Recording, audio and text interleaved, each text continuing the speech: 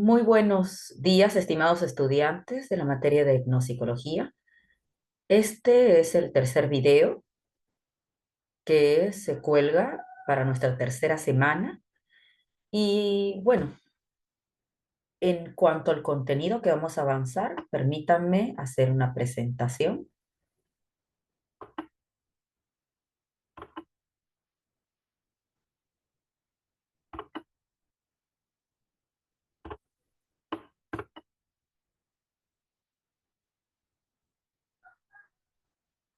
Ok,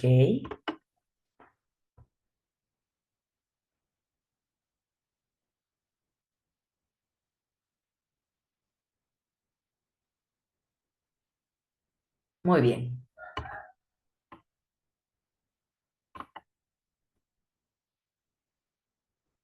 Como ustedes podrán ver en nuestra presentación, hoy vamos a explorar la etnopsicología, pero en esta travesía de explorar la etnopsicología, y explorar desde las diferentes corrientes para tener una mirada amplia y entender el alcance de la etnopsicología. Bien, vamos a comenzar.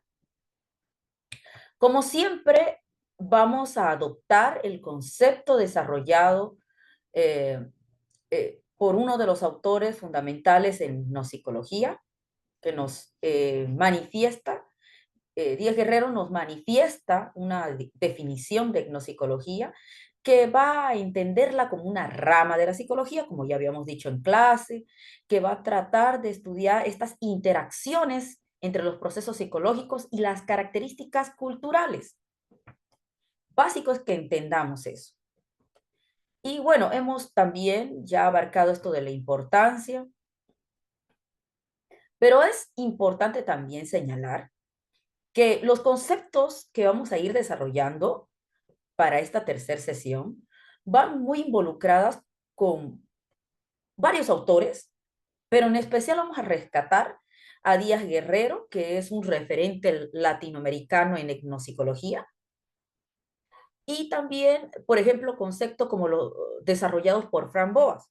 En clase hemos explicado que Fran Boas nos proporciona una forma nueva de entender lo que es raza.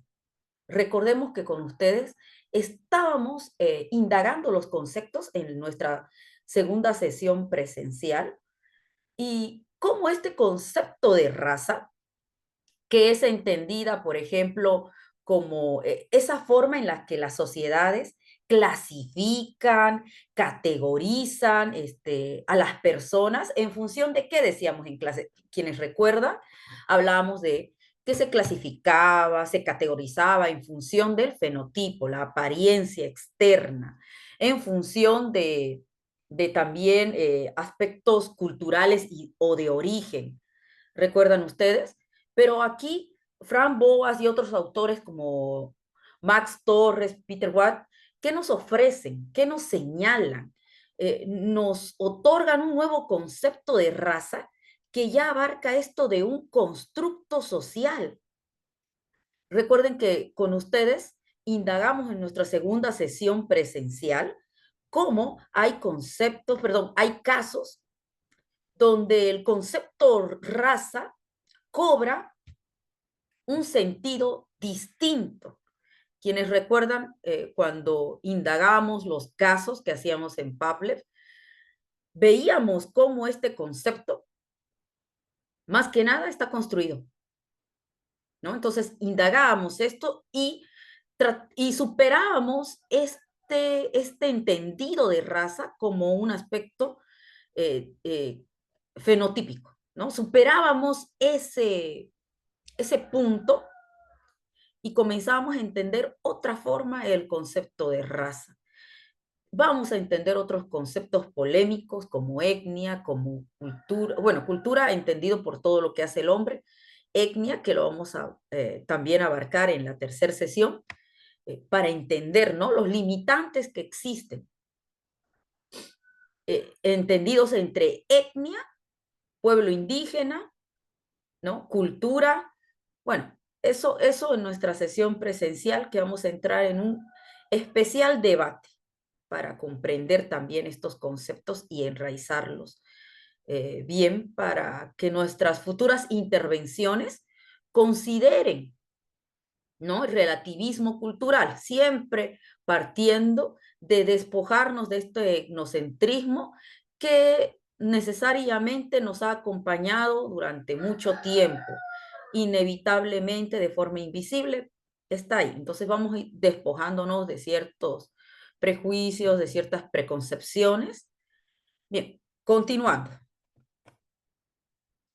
En este sentido, vamos a ahorita hacer un recorrido en las escuelas del pensamiento y nos vamos a detener en una de las escuelas del pensamiento del evolucionismo, cuyo representante máximo es Charles Darwin.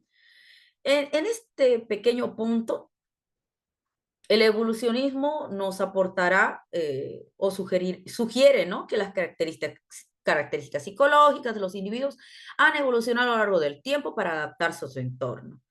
Tal y como dice la diapositiva, aquí hace mención a un término muy importante, selección natural, y cómo esto influye en la diversidad de los comportamientos humanos.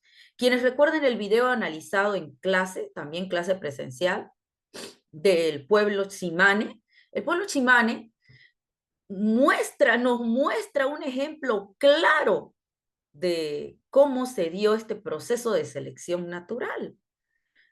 Hay un acercamiento interesante para entender cómo la longevidad del pueblo Tsimane es, eh, se destaca haciendo una comparación transcultural. Fíjense que en el video que veíamos, en el estudio sobre el pueblo Tsimane, la forma en la cual se llegan a ciertas conclusiones es a través de una comparación, ¿no? Con otras culturas, con otras sociedades que, que justamente analizando ciertas variables se evidencia y trata de encontrar cierta lógica a lo que está ocurriendo con el pueblo Simane.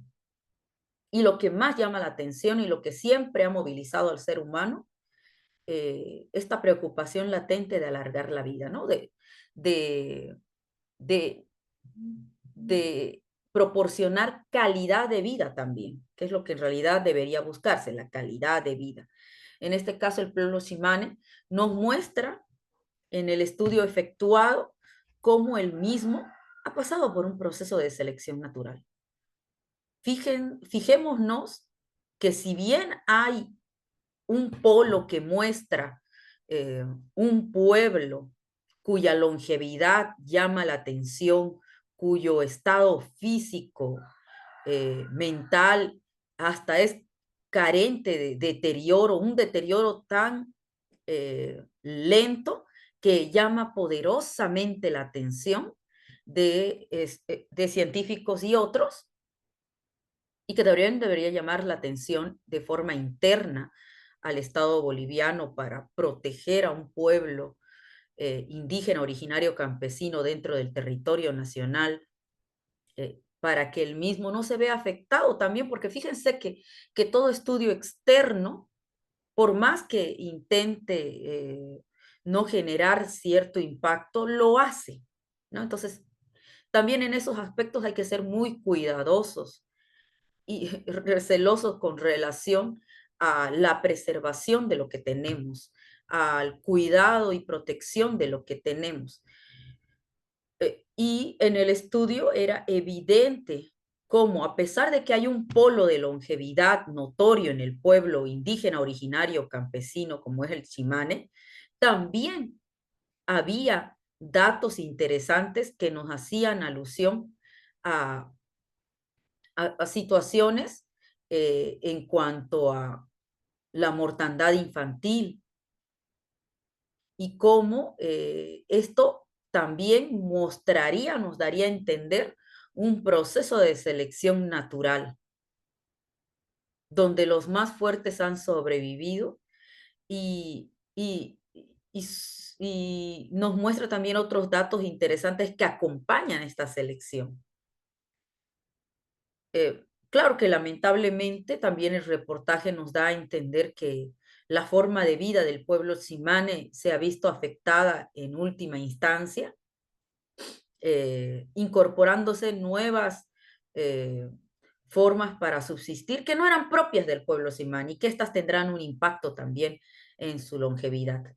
Bien, entonces fíjense cómo el evolucionismo nos está proporcionando una lectura interesante del caso del pueblo tsimane y de otras culturas más, ¿no? Y para esto también adopta una comparativa interesante que requiere un análisis transcultural que sobrepasa solo una lectura desde la cultura analizada para hacer una lectura comparativa tomando en cuenta otras culturas en otros lugares determinados a pesar de cumplir un tiempo, compartir un mismo tiempo, pero en espacios distintos, con factores alrededor distintos también.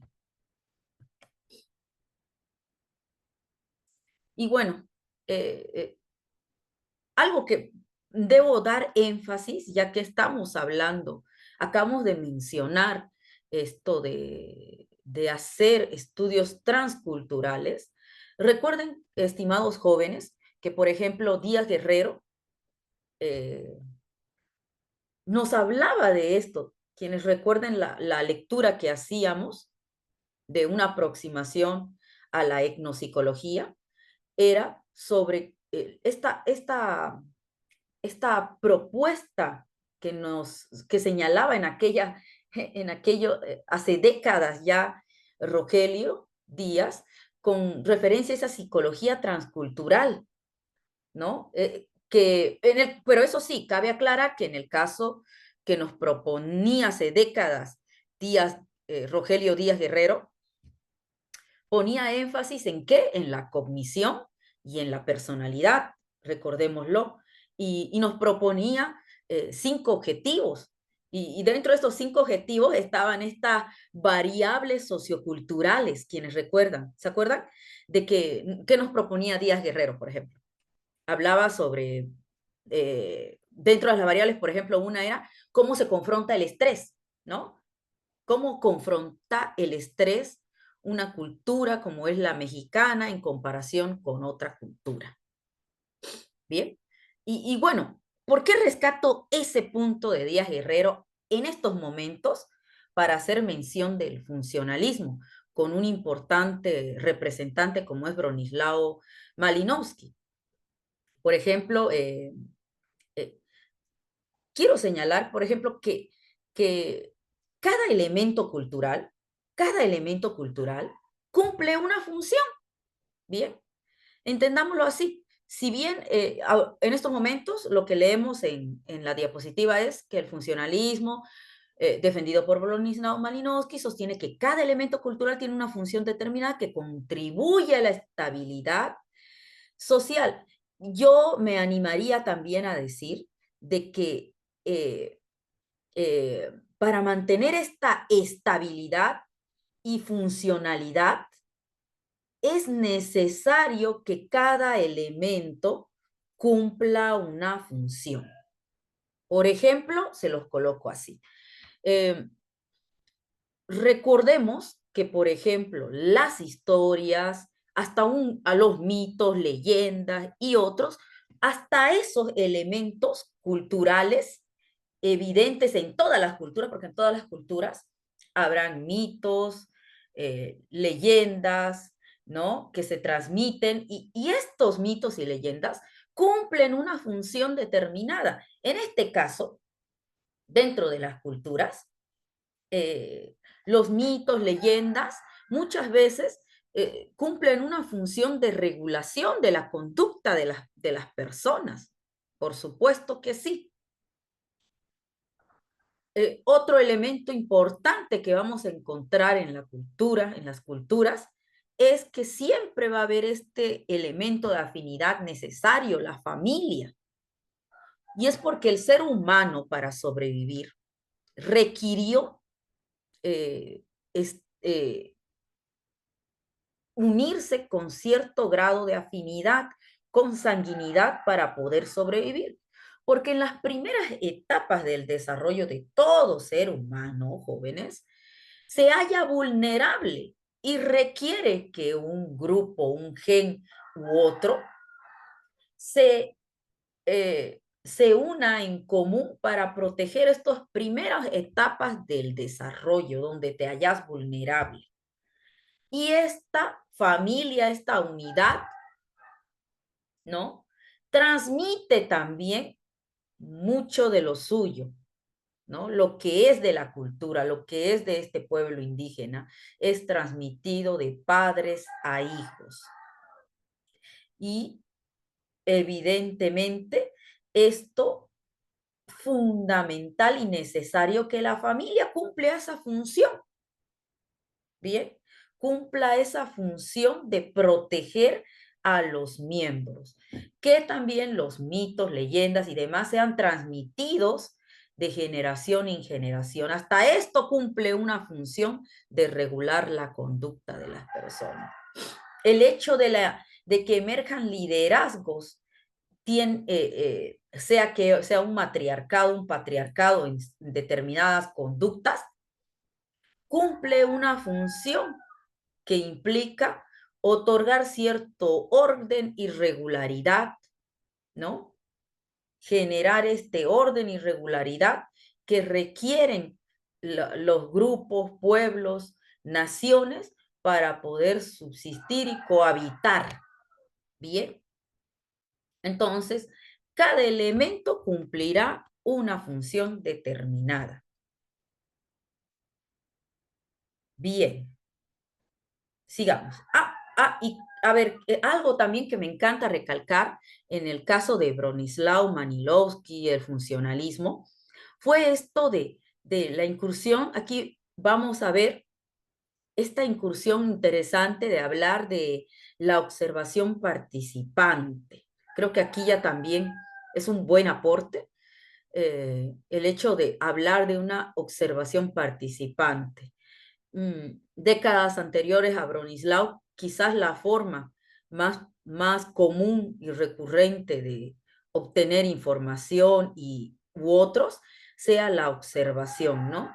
Que nosotros, y esta postura, ¿no? Esta postura errada de creer de que nosotros somos los sujetos de investigación y los otros, las culturas, los pueblos indígenas, son objeto. Y por lo tanto, quien es una persona activa en este proceso somos nosotros, por lo tanto, tendré mi lista de cotejo, ¿no? Y comenzaré a tiquear conductas que observo, elementos que observo y otras que no, etcétera. Esa forma de hacer investigación es bastante limitante. En este sentido, comenzar a hablar, por ejemplo, de una observación participante implica para el investigador considerar a las culturas, pueblos indígenas y demás como sujetos activos en todos los procesos. Por lo tanto, dejamos esta visión trivial de objeto, sujeto, y comenzamos a hablar de quienes son los sujetos, y no sujetos estáticos con los cuales vamos a utilizar un método experimental y vamos eh, eh, a remitir ciertas variables que afecten la realidad y el entorno. No, no hablamos de eso. A pesar que cualquiera me podría decir ahí y decir, licenciada, pero hasta en una observación participante, nuestra incursión ahí ya implica cierta afectación, ciertas variables que pueden verse afectadas por nuestra incursión.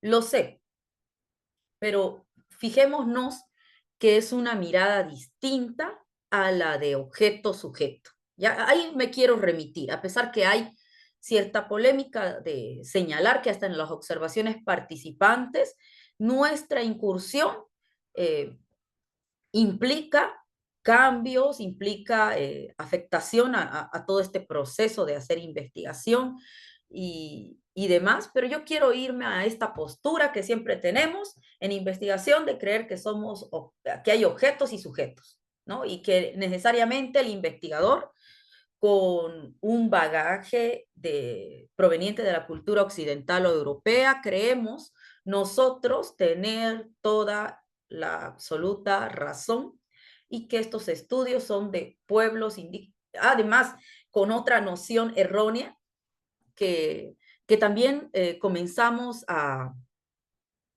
romper, que es el hecho que las culturas no cambian. Eso también es otro error garrafal, ¿no? Las culturas cambian también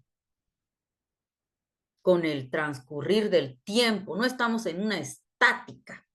Eso también es otro aspecto que siempre debemos señalar, entender, que las culturas cambian a lo largo del tiempo y es algo que también con el evolucionismo entendemos, que las culturas con el pasar del tiempo cambian, se transforman también. Y despojarnos de estas nociones de, ay, existen culturas primitivas y culturas evolucionadas. Detengámonos un poco. Todas las culturas, todas todo lo que vemos evoluciona con el pasar del tiempo. Las culturas evolucionan eh, con el pasar del tiempo. No hay culturas estáticas, a menos que hablemos y hagamos estudios de culturas, pueblos indígenas que han desaparecido. Pero no, estamos hablando de que todas nuestras culturas, la cultura Tsimane, fíjate un ejemplo, la cultura Tsimane ha evolucionado con el tiempo. Mira los cambios que ha habido en la cultura Tsimane, hasta en la actualidad, con el estudio que se está haciendo en la actualidad, ofreciéndoles un servicio de salud que al mismo tiempo les hace un seguimiento interesante con relación a su estado de salud actual y a qué se debe esta longevidad y este, hacer un seguimiento de aquello que lo esté afectando en la actualidad, ¿no? Entonces, quisiera que entendamos que no estamos ante una estática.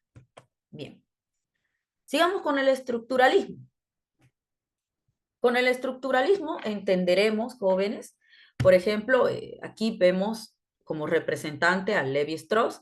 Desde la psicología, en un paralelismo, ubicaremos también a Wilhelm Wundt. Recordemos nosotros que dentro de nuestra amada ciencia, que es la psicología, eh, hablar de Wilhelm Wundt y el primer laboratorio de psicología experimental es algo que siempre tenemos presente. Pero ahora, si nos remitimos a este autor que es Levi Strauss, eh, con él vamos, bueno, por ejemplo, la diapositiva nos señala, ¿no? Nos propone que las estructuras subyacentes del pensamiento humano son universales. Por tanto, este enfoque busca desentrañar patrones que se encuentran en diversas culturas, ofreciendo una perspectiva comparativa de la psicología. En pocas palabras, hay como una identificación de estructuras mentales subyacentes eh, y que estas subyacentes a las manifestaciones culturales como mitos, rituales, patrones de pensamiento, ¿no? Eh, en pocas palabras, hablamos de que las culturas o la cultura no será entendido simplemente como un conjunto de prácticas o creencias, porque a veces eso es lo que creemos que es cultura, que son las culturas, ¿no? Al final y al cabo son un conjunto de prácticas y creencias. Esa definición está eh, eh, bastante fuera de foco porque entenderemos que no solamente es un conjunto de prácticas y creencias, sino que detrás de estas hay estructuras, ¿no? Subyacentes. Para nosotros lo que nos interesa es estructuras mentales que se manifestarán en los mitos, en los rituales. Eh, fíjate lo que hay detrás, por ejemplo, de determinados rituales que existen, ¿no? o determinadas formas de, o crianza, por ejemplo, fíjate en la cultura del pueblo ayoreo, cómo el pueblo ayoreo concibe la infancia y el hecho de que el niño, niña, experimente de la naturaleza, aprenda de la misma, aprenda haciendo, experimentando, vivenciando de la naturaleza, de lo que ella le enseña. Y aquí fluyen un montón de estructuras mentales, por ejemplo, aprender de la naturaleza. Uno, de la misma obtienes lo necesario para sobrevivir. Dos, eh, comprendes de que cada niño tiene algo especial que no puede ser objeto de reprimenda, porque está creciendo, está fortaleciéndose a sí mismo. Mira, mira estas estructuras mentales de pensamiento que se concibe con respecto a la niñez, que si tú lo extrapolas en la actualidad, te das cuenta que es la forma en la que muchos pedagogos consideran que debe ser la educación de un niño. Mira, mira, eso, esas estructuras mentales que son propias de las manifestaciones culturales de cómo se cría a un niño ayoreo, ya estaban presentes en esta cultura eh, hace mucho tiempo y en las últimas décadas, pedagogos y otros estudiosos rescatan esto que ya estaba en esta cultura, que es antes de la colonia, es una cultura eh, existente antes de la colonia. Mira, mira esto importante de comprender a las culturas y rescatar todos los elementos que ya están ahí. Pareciera que nosotros, el citadino, estas últimas décadas, hubiésemos descubierto, ¿no? La pólvora. Ah, pero sin embargo, vemos que las culturas tenían dentro de sus usos y costumbres, dentro de esos saberes históricos, muchas nociones que a la actualidad nosotros señalamos que eran nuestras, ¿no? Bien, espero que podamos seguir, vamos a seguir indagando más de este aspecto con ustedes en las siguientes clases presenciales. Eh, y bueno, también estaremos atentos con respecto a la ejecución de sus trabajos. Entonces detenemos aquí esta presentación, jóvenes.